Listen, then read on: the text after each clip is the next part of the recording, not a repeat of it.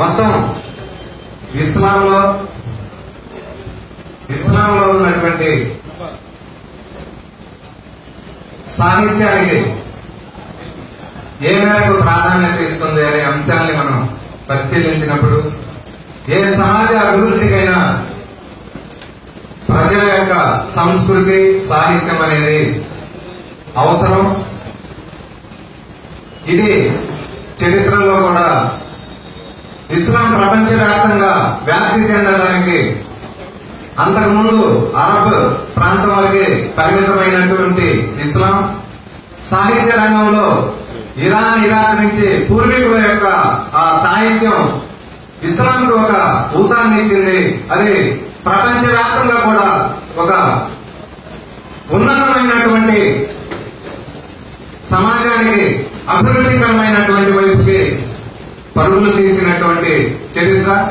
ఆ తర్వాత అది కొన్ని ఒడిదుడుకులకి అలాగే సనాతన భావాలకి గురైనటువంటి అంశాన్ని మనం స్వీకరించాల్సినటువంటి అవసరం ఉంది. వాటి నుంచి అధిగమించి ముందుకు మనం సాగి నేటి ముస్లిం సమాజాన్ని ఇతర సమాజాలతో పాటు మనం అభివృద్ధి వైపు ఆలోచించాల్సినటువంటి అవసరం ఉందని కోరుతున్నా. అలాగే భారతదేశంలో ఉన్నటువంటి అనేక మంది మేధావులు మన సమాజానికి సంబంధించినటువంటి ప్రజానీకం వెనుకబాటుతనానికి కారణాలేంటి, ఈ కారణాలకి ఇస్లాం పాత్ర ఎంత ఉంది, అది ఏ మేరకు దోహదం అవుతుంది అనేటటువంటి అధ్యయనాలు చేసినటువంటి విషయాలు ఉన్నాయి. మనం పూర్వ చరిత్రను కనుక గమనిస్తే బ్రిటిష్ సామ్రాజ్యవాదానికి వ్యతిరేకంగా మొట్టమొదట తమ ప్రాణాలని అర్పితం చేసి ఈ దేశ స్వాతంత్ర్యం కోసం పోరాడినటువంటి ఎంతో మంది ముస్లిం వీరులు, వాళ్ళు ఆ సామ్రాజ్యవాదానికి వ్యతిరేకంగా తమ ప్రాణాన్ని బలిపీఠం మీదకి ఇచ్చినటువంటి వాళ్ళు. ఈ తెల్లదొరల యొక్క పాలనకు వ్యతిరేకంగా ముస్లింలు పోరాటం చేస్తున్నటువంటి కాలంలోనే ఈ దేశంలో ఉన్నటువంటి బడబడ అగ్రవర్ణాలకు చెందినటువంటి వాళ్ళు బ్రిటిష్ వాళ్ళతోటి పదోన్నతులు చూసుకుని వాళ్ళు ఆర్థికంగా ఎదిగినటువంటి పరిస్థితిని మనం పరిశీలించాలి.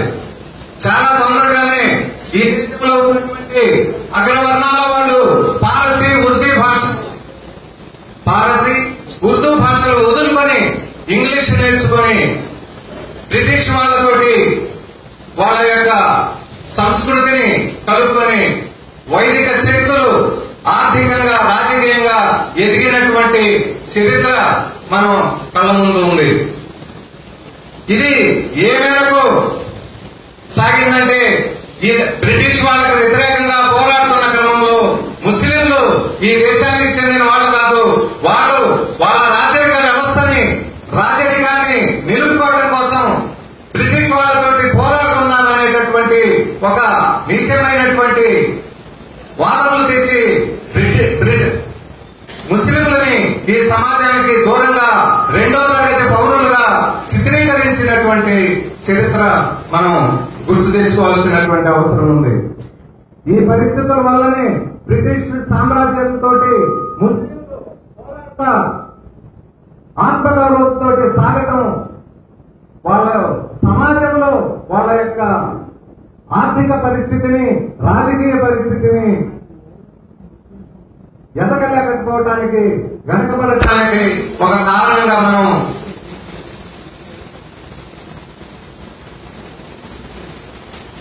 భారతదేశంలో ఉన్నటువంటి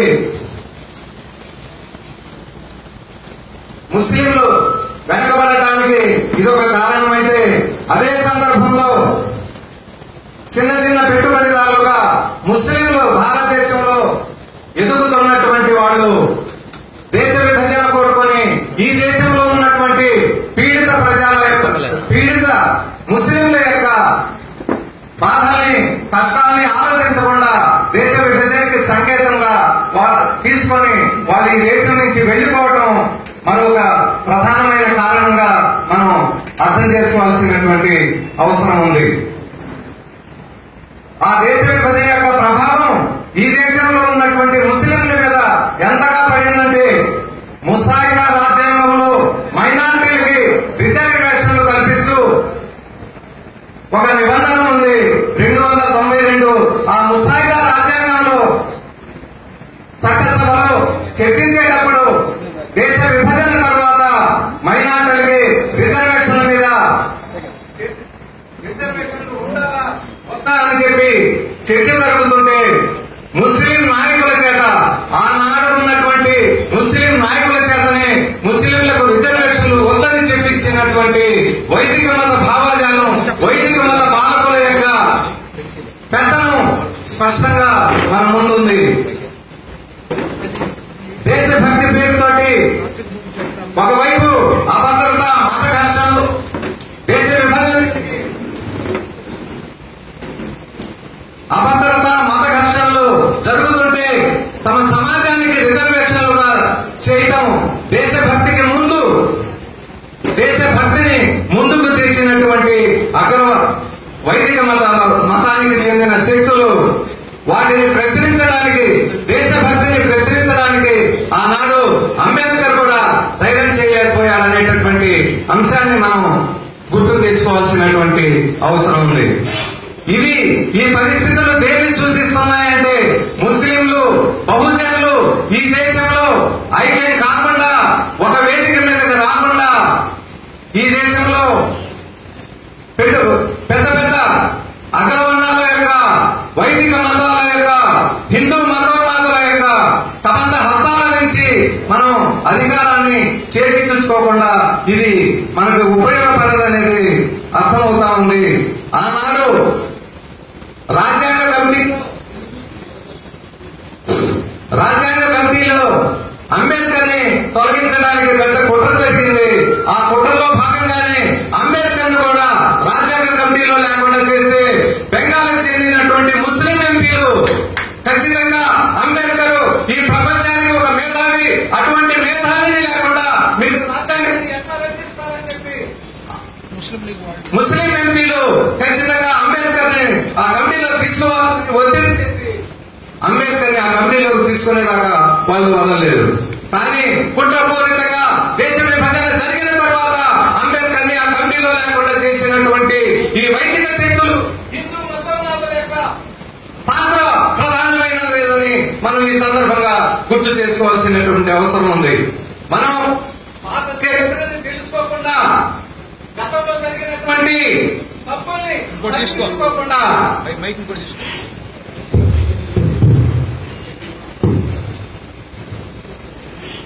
గతంలో జరిగినటువంటి తప్పుల్ని, ఆనాడు జరిగినటువంటి ఆ చరిత్రని మనం పరిశీలించుకోకుండా ఈనాడు మళ్ళీ మనం ఒక వేదిక మీదకి ఒక ఐక్యంగా ముందుకు రావాలంటే ఖచ్చితంగా జరిగినటువంటి పాత విషయాలని, చరిత్రని మనం అధ్యయనం చేయాల్సినటువంటి అవసరం ఉంది. వాటిలో జరిగినటువంటి తప్పుల్ని సరిదిద్దుకొని మనం ముందుకు కొనసాగాలంటే పాత జరిగినటువంటి వీటన్నింటినీ పునః పరిశీలించుకొని